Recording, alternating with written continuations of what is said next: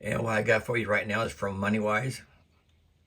It said a major problem. The U.S. surpasses $31 trillion in debt, made worse by rising interest rates. And this is who holds the IOUs. Now, I've been telling people that, with all these interest rates going up, things going to get worse. The feds keep raising the interest rates, and it's going to make people spend less money. Duh.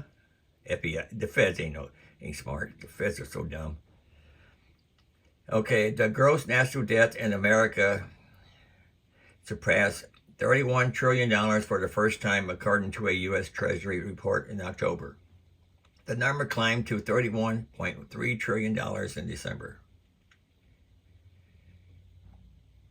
Guess who is the guilty party? So, disclaimer, we adhere to strict standards of editorial and integrity to help to make decisions with confidence. All links marked with an excerpt or paid links.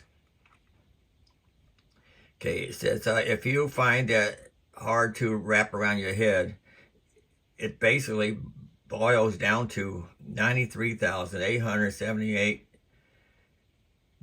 of debt for every person in the country, according to the Peter G. Peterson Foundation.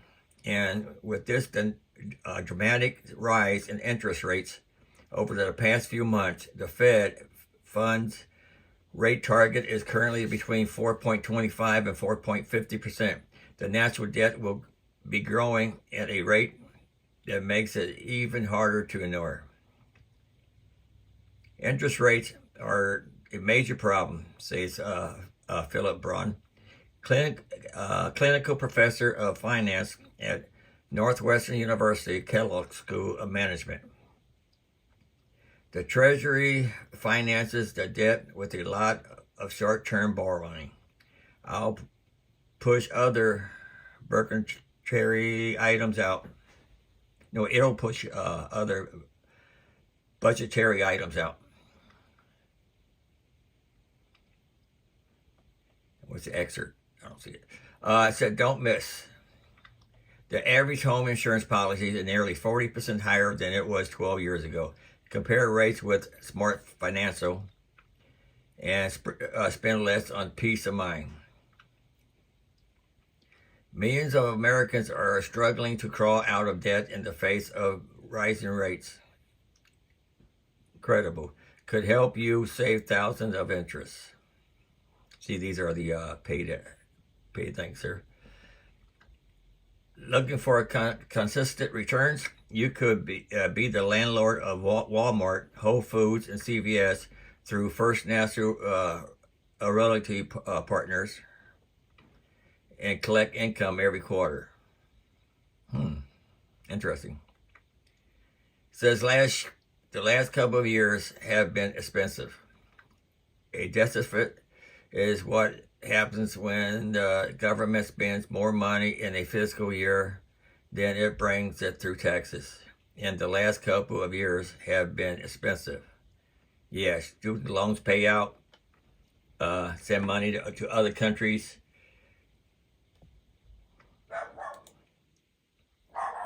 We need a president that has the brains, is what we need.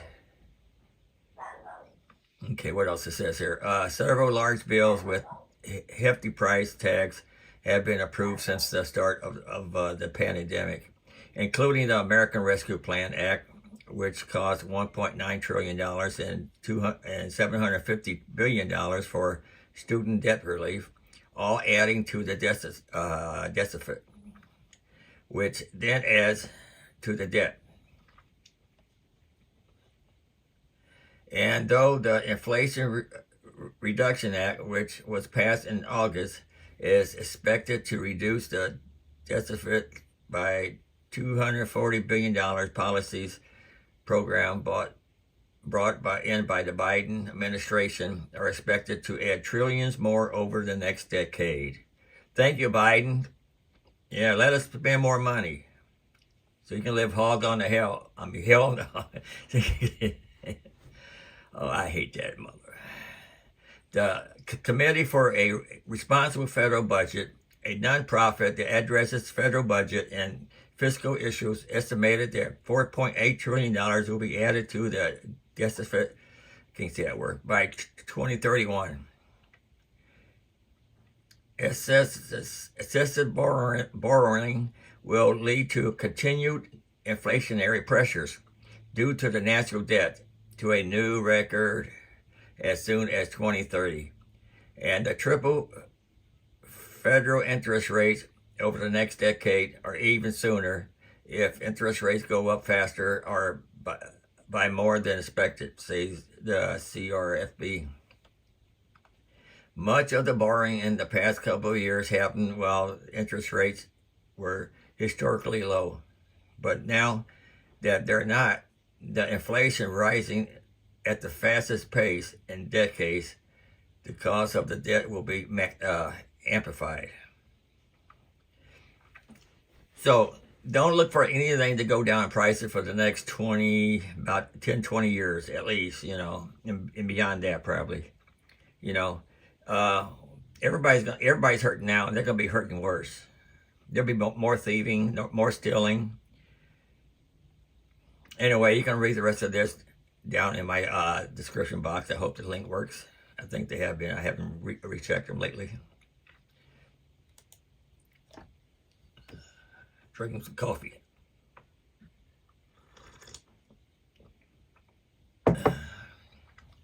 Okay, now POV, you get an. Oh, I got to start from the beginning. This is from the Daily Dot. Happened at Best Buy all the time. Target customer claimed newly purchased iPad was it was actually a cement towel. Now, you would never expect that. Order an iPad and you get a cement towel in the package. It says here, in a viral video with over 1.6 million views, user Nita shared that a birthday gift for her husband turned out to be a towel of cement instead of an iPad. POV, whatever that means. You get an iPad from Target, but get a cement towel instead. The overlay text on the video reads. She claims that the iPad packaging was fully sealed, and as her husband opened the box, a cement towel in the shape of an iPad was laying there inside. Now, wouldn't you think the husband would look at his wife and say, "Is this a joke?" Kind of funny in a way, though, but not on their end. That's what was making it heavy, she says in the clip. Nita, I don't know how to pronounce the name, but doing the best I can. Anita explains that a few weeks ago, she had seen another Target customer complain that the gift cards they had purchased were stolen. I'm not sure if something is going on with Target and Apple, but don't buy there, she warns in the video. Her caption for the video was revealed that Target had been an absolute nightmare to deal with throughout the process. Okay, let's listen to what she said. Let me make sure I get my speaker up.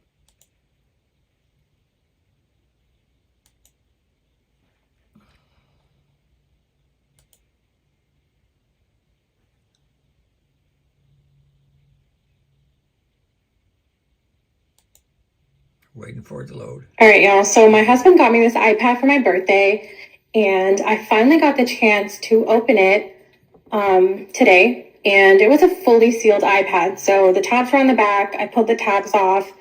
Everything looked good. And I finally got a chance, when I open it, there's a cement tile in place of an actual iPad in there. So that's what was making it heavy. And just a few weeks ago, I saw a video about another lady saying that some gift cards were stolen that she bought at Target. So I'm not sure if something's going on with Target and Apple, but don't buy there. Now, I don't know if they'll play or not, but, all they do is just weigh the box, the shipping weight, and then compare it to an iPad weight, because the iPad would be lighter than that. And it says here, users in the comments section of offered their theories of what could be happening as well as their advice for purchases in the future. Someone bought it and returned it. Store staff said resold it instead of inspecting it when refunded. Happened at Best Buy all the time, one user says. I always record myself opening any item I buy that are expensive because of because this right here, another suggested. I do that sometimes too, just in case. Always buy all Apple items from the store itself. Much easier to get things replaced or fixed. I learned this the hard way, LLL, a third user said. In a second video, Anita shared that she was able to track down the iPad and found out it had been activated 2 days before she received the gift. The general manager of the local Target provided her with a replacement. Okay, let's hear this one here. Okay, I know a lot of people wanted an update on what happened with the iPad. So we were able to prove that we did not activate the iPad.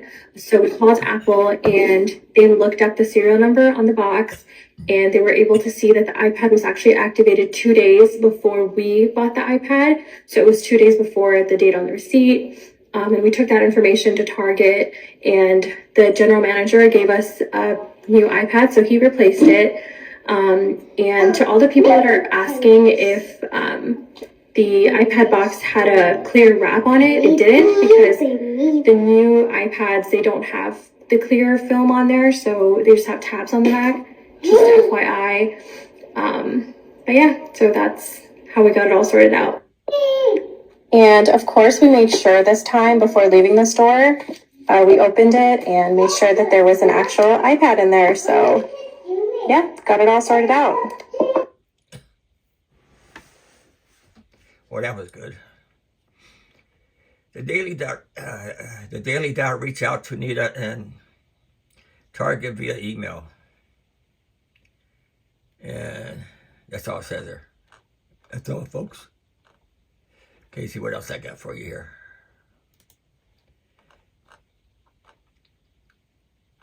Finally, used cars prices are falling, but Consumer Report says there's a catch. Buying a used car has been particularly annoying over the last 2 years. Seeing prices and used models, yep. Exceeding the MSRP of a new model is enough to make any self-respecting person want to climb up the walls. Well, good news. According to the Consumer Reports, average used cars prices are falling, but there is a catch. See, this is from Motor Biscuit. I don't know if I said that. When will used car prices drop? We made it. Yeah, finally. We are released from the insane used car hell.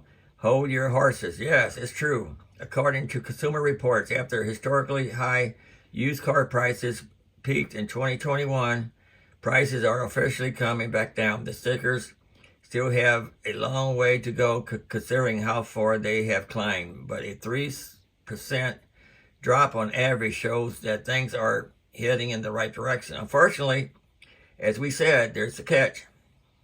The dropping prices come alongside rising interest rates, as it tends to be. The dropping prices only help those with enough cash not to need financing. Although buyers will enjoy slightly lower prices right now, the higher interest rates mean paying more throughout the loan. It is now a good time to buy a used car. Most people, the right time to buy a used car is when you need it. However, Consumer Reports suggests a few tips for buying a used car wisely regardless of the market. Yeah, I needed a car right away after my accident, so, I just couldn't wait. I should have waited. Borrow my girlfriend's truck. So here, 1, act quickly. The time to buy a car is when you find a good deal with marketplace. It changes so quickly that waiting out isn't always the right place. If you find the model you want to for a price you can afford, there is no guarantee they will have the same vehicle available tomorrow. Number 2, be informed. A well-informed buyer is capable of making a quick decision in the car market. See, number 3, consider buying new. Buying a new car can sound like a furious luxury to many car buyers. However, in the market, buying new could work to be a better deal overall. Yeah, I should have bought mine new. I bought my used 3 years old. Pricing is close to likely used. And anyway, you're going to read the rest of this later. The description will be down in the box. I mean the link. Coffee getting cold. And 5 more minutes I got. No, I don't think I can do them all. See this one here. What's the next one? Well, that one's out because there's nothing to click on to read. I don't think. What's this one? Okay, this is what we're going to do here. This is from the Washington Examiner. Los Angeles hefty mansion tax for homeless spooks the wealthy. Wealthy Los Angeles homeowners with an eye on selling their homes are reeling over a new mansion tax that could put them on the hook for millions of dollars as part of an effort to aid the homeless, a realtor says. Thanks to the passage of United to House LA, any resident selling their mansion, a $500 million and above, starting on April 1st, 2023, will pay a transfer tax of up to 5.5%. This means a $10 million home sale would equate to $550,000 in taxes. The price of a brand new home in many states other than California. Proponents hope to raise between $600 million and $1 billion a year to fund affordable housing for the homeless and low-income earners. So if you got money, if you're out in California, you're in trouble. You're paying for the people living on the streets. You can read the rest of this down in the description box. And I'm going to read this one here for sure. This is from Daily Dot. Don't ask how I learned about this. Woman claims Facebook Marketplace is overrun with scammers, warns against using it to sell items. Yeah, I was going to buy, I saw this camper, I forgot how old it was, but it was for $1,000, and it seemed like a really great price. When I contacted the seller, they wanted me to send the money PayPal. I think it was PayPal. And then they would ship it to me because they said it was supposed to be local where I live, but it wasn't. It was in another state, Wisconsin or something. And I just backed out. Anyway, it says here a TikToker who posts under the handle, I ain't reading that, uploaded a now viral chip about a common scam they've at least come across multiple times on Facebook Marketplace. You know, they said Facebook Marketplace is a new, what was that, a website? I forgot it now. Anyway, in the video, the creator attributes the influx of scammers and a recent change in the end user experience with the platform. Throngs of other TikTokers chimed in with stories and encounters with attempted fraud that they've run into themselves. If you haven't sold on Facebook Marketplace in a while, you may not know that it is no longer as safe as it used to be. The creator starts there in the clip. The big change occurred just this year, but it has become overrun with scammers because they've just figured out how to get people information from the marketplace. Yeah, that reminded me of another thing too. I ordered this one thing off of Facebook Marketplace. Oh yeah, it was a big old work table. Well, it had never showed up, and I contacted the seller, and he said it was delivered. So I checked with the post office. It said it was dropped in the mailbox. Well, the mailbox would not hold a big old work table bench, you know. And so luckily I paid with PayPal, and I got my money back without any fuss. It says here, the TikToker then explains how these people are able to scam folks with listings on Facebook Marketplace, saying that once you upload an item to sell, you will more likely to get 10 messages asking if it's available. However, when you respond, these people will never reply back, and instead delete their profile, she says. She then said what folks should look for when listing items on Facebook Marketplace, and how they should go about interacting with potential customers who are more than likely a part of a scamming plot. Here's your first red flag, the creator warns. A person's going to say, I'm interested in your item. I want to come and get it. Text me at my number. She said that under no circumstances should you encourage in a text message conversation with them using your phone number. Don't text them at their number when they're trying to get it. What they're trying to get is your phone number. The TikToker explains. She claims that person will ask you to verify a Google verification code sent to your phone number to make sure that you're a real person, but that you should never give them the code. Let's see. This is a little bit different than what I was talking about, but yeah, I had bought stuff local off of Facebook Marketplace, and when I went to meet them, they said usually people don't even show up or message them anymore. Well, let's listen to this. If you haven't sold on Facebook Marketplace in a little while, you may not know that it is no longer as safe as it used to be. The big change occurred just this year, but it has become overrun with scammers because they've just figured out how to get people's information from the marketplace. If you ever list something from your household that you just want to sell, you will likely get like 10 messages right away that says, is this available? And then when you reply, they almost never reply back. If you were to check some of those profiles the next day, most of them have already been deleted. Here's your first red flag. The person's going to say, I'm interested in your item. I want to come get it. Text me at my number. Don't text them at their number. What they're trying to get is your phone number. And what they will do after that is they will say, hey, yes, I want to come get this item tomorrow, whatever time.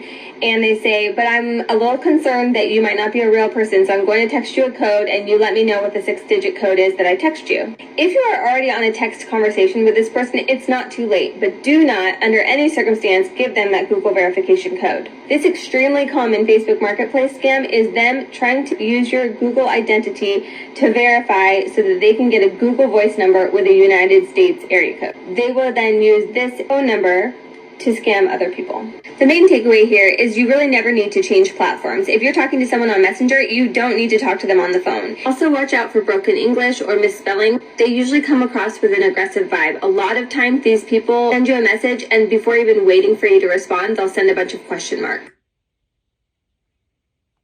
Okay, well, my time's out. I'm about 4 minutes over. Anyway, like, subscribe, comment, and I'm here to give you safety warnings, news, and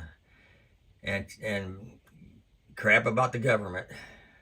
Until next time, see ya.